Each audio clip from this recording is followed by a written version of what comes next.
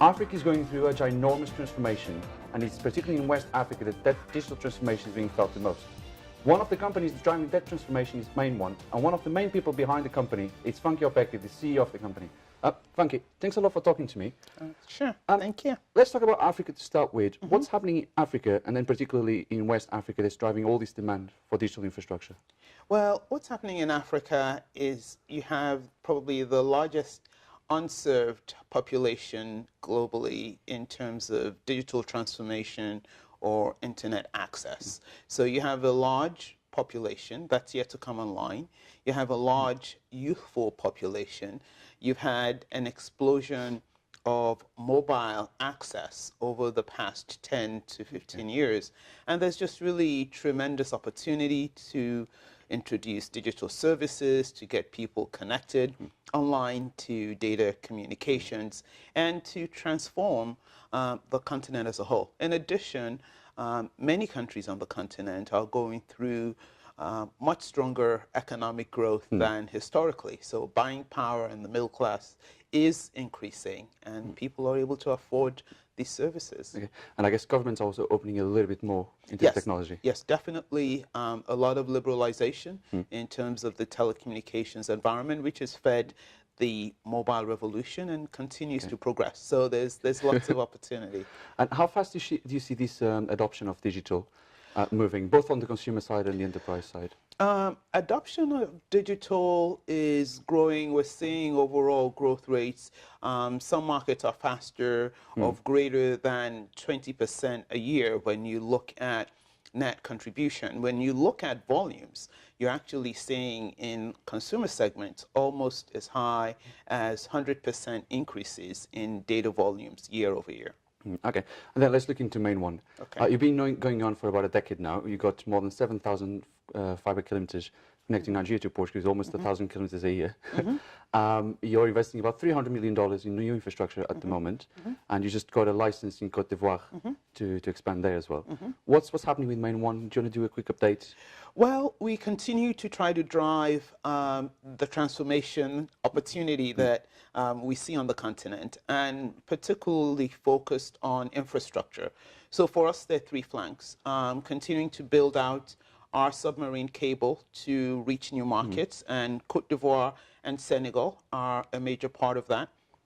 Continuing to invest in our data center subsidiary, MDXI, and building out new data center assets to support that growth and the hosting of data and the migration of content back onto the continent. And finally is building terrestrial fiber, terrestrial metro networks, fiber to the towers, really enabling 4G. Mobile is the primary means of access in our market, and so enabling the retail consumer operators to deliver that much needed bandwidth to their customers.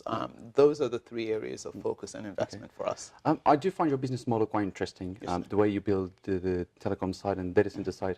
On the cloud side, are we going to see MainOne launching a MainOne cloud? Can we see? Our view of cloud kind of lines up with what we see in the major markets. We are an enabler of cloud.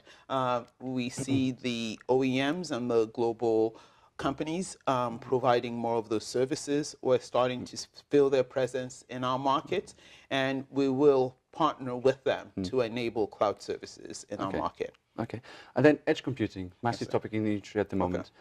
What's your view on what is MainOne doing? Because this is potentially going to help Africa really boom into the digital age. Yes, still early in our market in terms of edge computing, but just as I mentioned earlier, we're starting to see the global players come onto the continent, and there is a push to get services closer to the eyeballs. A lot of the new applications require very low latency, and so our infrastructure is able to support that. We think it's still early, but in 2 to 3 years, first is the migration onto the continent and into the large data centers, which we're seeing starting now, and it's already started in South Africa, in West Africa, which is where we play. It's starting now. We see that happening within the next 6 to 12 months. We think most of that content will be on the continent, and then the next step would be pushing it out to the edge. And we are already engaged in discussions with some of the major players about enabling Such that. as? So we see it happening. I would like to be silent on that. And then we spoke about a year ago as well, Okay. and I asked you about the investment and how to get investors on board. And you said it was a little bit harder to convince them to come in. Have things changed in the last 12 months? Or do you see conversations with investors becoming a bit easier? Conversations are becoming a little easier. I think what is still of concern is the overall macroeconomic situation in West Africa, and also the risk profile, because foreign exchange rates were very resource-dependent economies, things fluctuate, and so when you're investing, you need to ensure that you can generate a return. But we are seeing more interest and more capacity to invest, and obviously the fact that we are making investments says things are on the bright side. Okay, can we expect MainOne to announce soon another big investment round or another project? I think we have enough on our plate right now. Okay. Shagamu data center, building into Cote d'Ivoire and Senegal, building terrestrial fiber, metros across the large cities in Nigeria. We'd like to get that done. Okay, and then last question. What sort of challenges do you face as a CEO?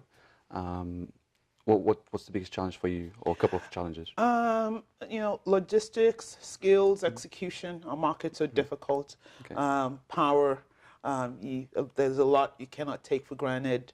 High taxes, but we're navigating those and still building our business. A strong portfolio. Yeah. Okay, Funke, thanks a lot for talking to me. Don't forget you can follow Data Economy on Facebook, LinkedIn, and Twitter, and also visit the website on www.data-economy.com.